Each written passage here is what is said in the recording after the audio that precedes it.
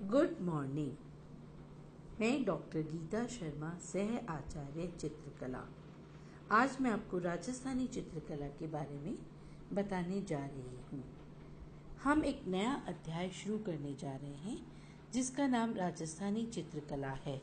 अभ्रंश शैली की निर्बलताओं को परे हटाकर एक नई शैली का जन्म हुआ जिसे राजस्थान शैली कहा गया। हालांकि इसके नाम को लेकर कई सारे मतभेद हैं। राजस्थानी चित्रकला के संबंध में जिन अनेक विद्वानों ने मौलिक कार्य किया उनमें वासिल ग्रे, ओसी गांगुली और हरमन गिब्स का नाम उल्लेखनीय है। राजस्थान में पली चित्र शैली के नामकरण पर विद्वानों के विभिन्न मत हैं। आनंद कुमारस्वामी ने इसे राजपूत चित्रकला कहा। ओसी गांगुली, हैवेल्स व वासिल ग्रेव ने भी इसे राजपूत चित्रकला ही माना, क्योंकि राजस्थान में राजपूत शासकों का राज्य था। उनके सानिध्य में पली चित्रकला को राजपूत शैली के अंतर्गत इन विद्वानों ने माना। एमसी मेहता ने इसे हिंदू चित्रकला कहा। ये सभी मत जो हैं वो पूर्ण रूपेण सही नहीं है। राय कृष्णदास जी के अनुसार राजपूत शैली मानने की कोई गुंजाइश नहीं है, क्योंकि राजपूत एक शासक जाति थी, जिस कारण ऐसी जाति का प्रभाव समष्टि रूप से कला पर नहीं पड़ सकता है। अतः राय कृष्णदास जी ने इसे राजस्थानी शैली नाम दिए जाने के लिए अपना मत प्रकट किया। वैसे भी राजपूत शासक पहाड़ी क्षेत्रों में भी राज्य कर रहे थे, तो अगर हम राजपूत नाम देते हैं तो समस्त पहाड़ी क्षेत्र की चित्रकला भी इसमें समाहित हो जाती है। अतः राय कृष्णदास जी ने इसे केवल राजस्थान के रजवाड़ों के लिए यूज करते हुए इसका नाम राजस्थानी शैली दिया। जैसा कि हम सभी जानते हैं कि कर्नल टॉड ने राजपूताना के लिए राजस्थान शब्द का प्रयोग किया था और यही नाम राय कृष्णदास जी ने भी प्रयोग में लिया।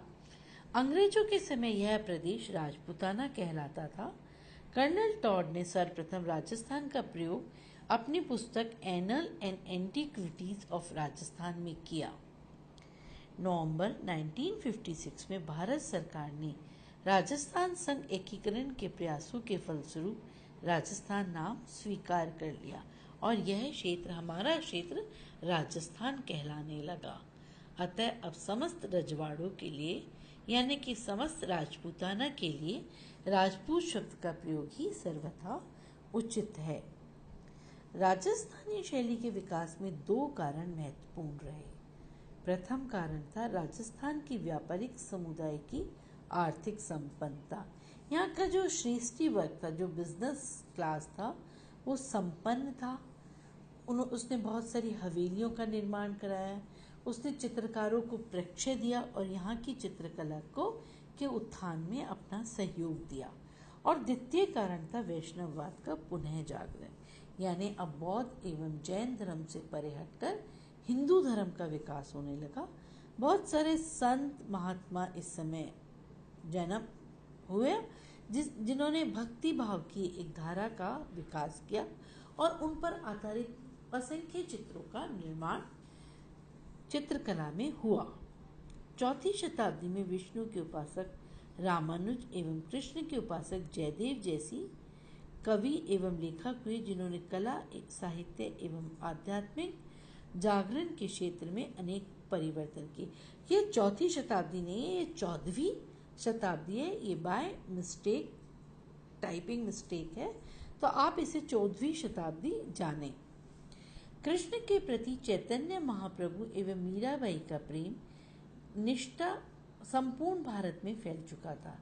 इनके आगमन का सीधा प्रभाव कलाकारों की कल्पना के क्षेत्र पर पड़ा। इन्होंने रामचरित, गीत गोविंद के राधा और कृष्ण के दिव्य प्रेम, महादेव, पार्वती, संतों की जीवनी या 12 मासा अर्थात वार्षिक उत्सव, इसके अंदर जो अपने 12 मास में जो उत्सव मनाए जाते हैं उनसे संबंधित चित्रों का चित्रांकन किया जाता है। तथा भारतीय संगीत पर आधारित राग रागिनी, यानी जितनी भी संगीत में स्वर हैं, जितनी भी संगीत में सप्तक हैं, उन पर आधारित राग रागिनियों के चित्र राजस्थानी शैली में देखने को मिलते हैं।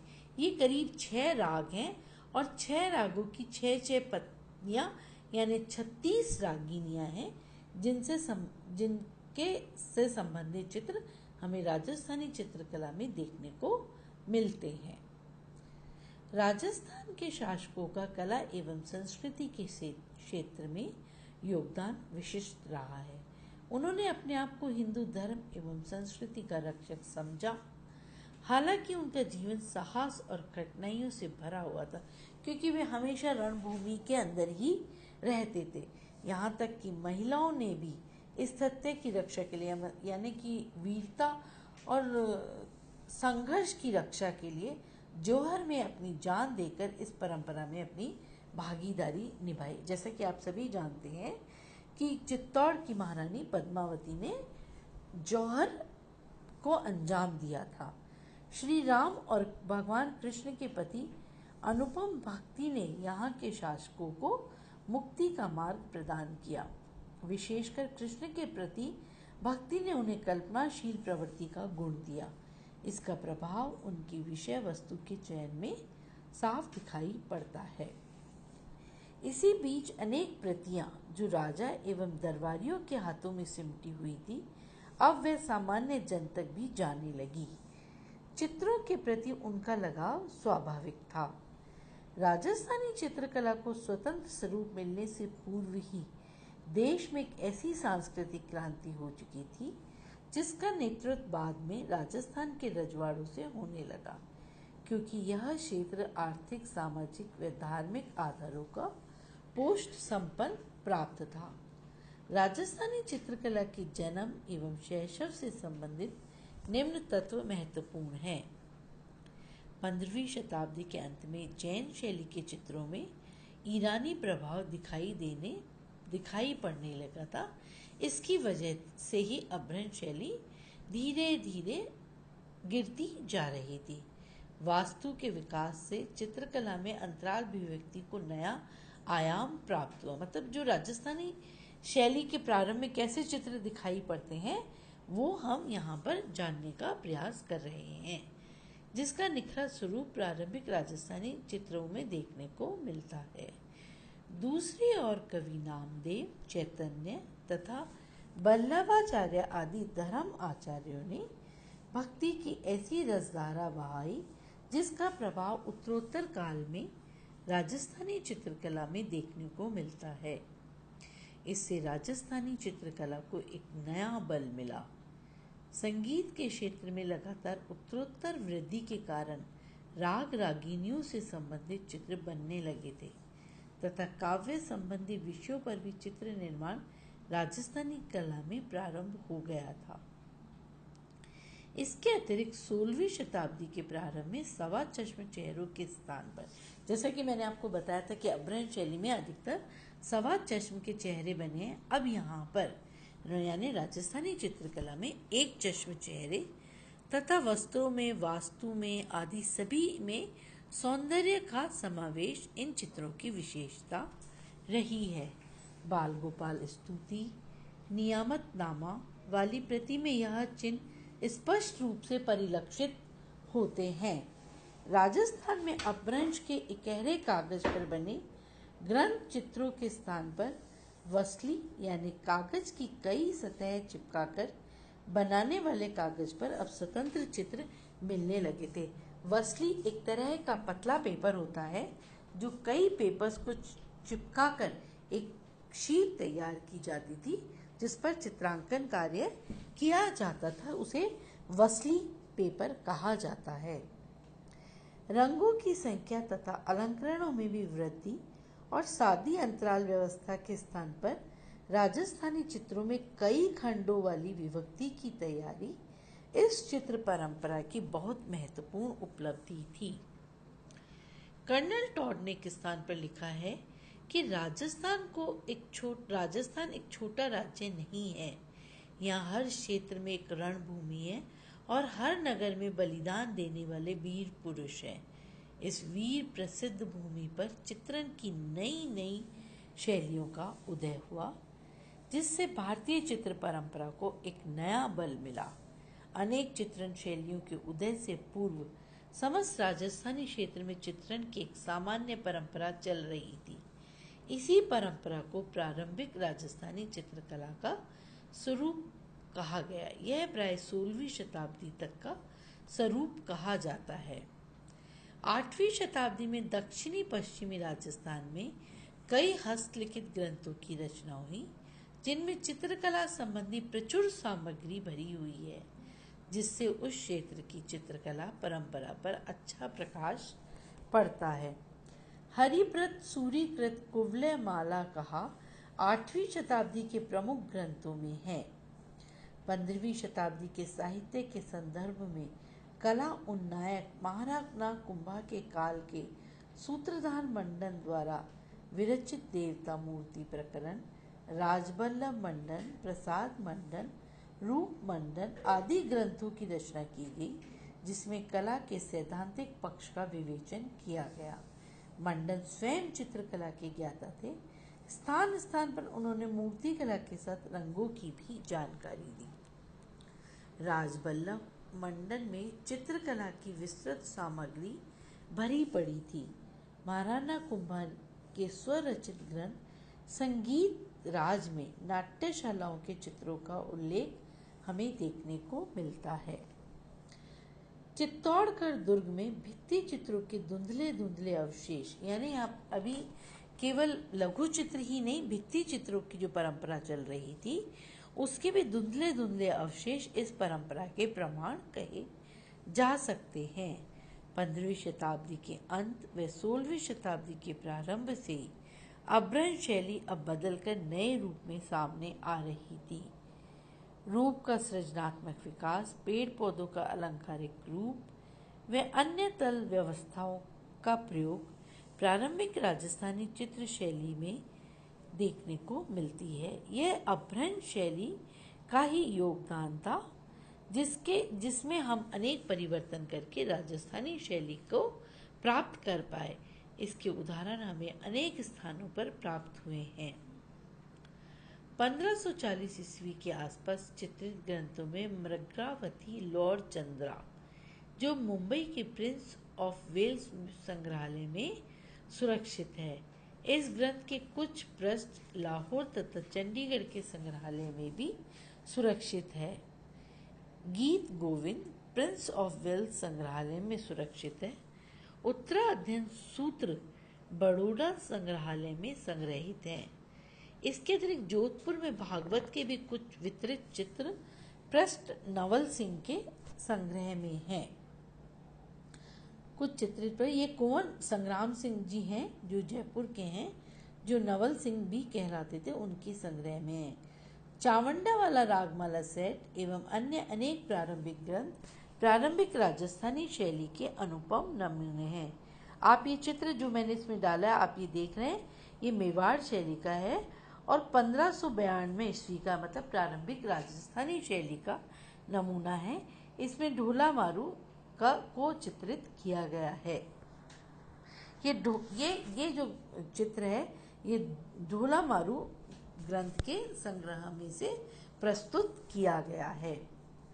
प्रारंभिक राजस्थानी शैली की विशेषताएं। प्रारंभिक राजस्थानी शैली के चित्रों में अभ्रंश शैली की भयत्रस्त आंखें, मुंह तथा आंखों में तुनकपन वाले भावों का अभाव है। रंगों का तेवर अब उभर कर सामने आया है। चित्रों में पुरुषों ने भारतीय चकदार जामा, पजामा, पटका, पगड़ी पुरुषों की प्रचलित वेशभूषा रही है तथा स्त्रियों को घाघरा, पटका, पारदर्शी ओढ़नी व चोली पहने हुए प्रदर्शित किया है। प्रकृति चित्रण में आसमान, प्रकृति का उन्मुक्त रूप, मछली व कमल युक्त सरोवर, वास्तु का योग आदि सभी चित्र संयोजन को निखार देते हैं। इस शैली की एक प्रमुख विशेषता इसमें भिन्न भिन्न विचारों के लिए अलग अलग रंगों का उपयोग किया गया है, जो स्पष्ट दिखाई पड़ता है। रंगों के सभी मिश्रण में कलाकार ने अपनी पूरी समझ को व्यक्त किया है। यह रंग विशेष संगीत की सजीवता का भी प्रतिनिधित्व करते हैं। लाल रंग ऊर्जा एवं संवेदना को प्रकट करता है। पीला आश्चर्य को और भूरा रंग कामुकता को प्रदर्शित करता है। यहाँ रागमाला चित्रों की भी बहुसंख्या देखने को मिलती है, जिनमें प्रयुक्त चटकीले रंग इसकी प्रमुख विशेषताएं हैं। विषय वस्तु के चयन में भिन्नता दर्शाई गई है, लेकिन ये भावनाओं को पूरी तरह से अभिव्यक्त करते हैं। रेखाएं सरल है, सपाट रंगों का प्रयोग है, सभी आकृतियों को एक ही आयाम में दिखाया गया है और पृष्ठभूमि का विशेष ध्यान रखा गया है। चित्र शैलियों का वर्गीकरण। राजस्थान की में जो चित्र शैली रही है उनको अनेक उप शैलियों में विभक्त किया गया है। राजस्थानी चित्रकला का विकास एवं समृद्धि केवल एक या दो स्थानों पर न होकर अनेक दरबारी नगरों, राजधानियों, मंदिरों तथा सामंत के ठिकानों पर हुआ है। धार्मिक प्रतिष्ठानों के अतिरिक्त दरबारी कवियों और चित्रकारों, संगीतज्ञों, शिल्पाचार्यों आदि के सहयोग से राजस्थानी चित्रकला की अजस्त्र धारा अनेक रियासती शैलियों और उपशैलियों में विकसित हो गई। वह विशेषताओं को दृष्टिगत रखते हुए विद्वानों ने राजस्थान शैली को निम्न उपसर्गों में विभाजित किया गया है। एक्चुअली राजस्थान के जो है 4 प्रमुख क्षेत्र माने जाते हैं: मेवाड़, मारवाड़, हाड़ौती और ढूंढाड़। और इन चारों के अलग अलग क्षेत्र हैं, अलग अलग राज्य हैं जो इन चारों के अंतर्गत माने जाते हैं। जैसे मेवाड़ में उदयपुर, नाथद्वारा, प्रतापगढ़, मारवाड़ में जोधपुर, बीकानेर, किशनगढ़, हाड़ौती क्षेत्र में बूंदी, कोटा, झालावाड़ और ढूंढाड़ क्षेत्र में जयपुर, अलवर और उनियारा। अब हम राजस्थान के उप शैलियों के बारे में विस्तार से जानेंगे। इन क्षेत्रों में ये जो मेवाड़, मारवाड़, हाड़ौती और ढूंढाड़, इन क्षेत्रों में जो शैलियाँ पनपी वे उपशैलियाँ, उनमें मुख्य उपशैलियाँ मेवाड़, किशनगढ़, जयपुर, कोटा, बूंदी आदि हैं। हम उनका अध्ययन अपने अगले वीडियो में करेंगे। कल हम मेवाड़ शैली की विस्तृत जानकारी से अवगत होंगे। धन्यवाद।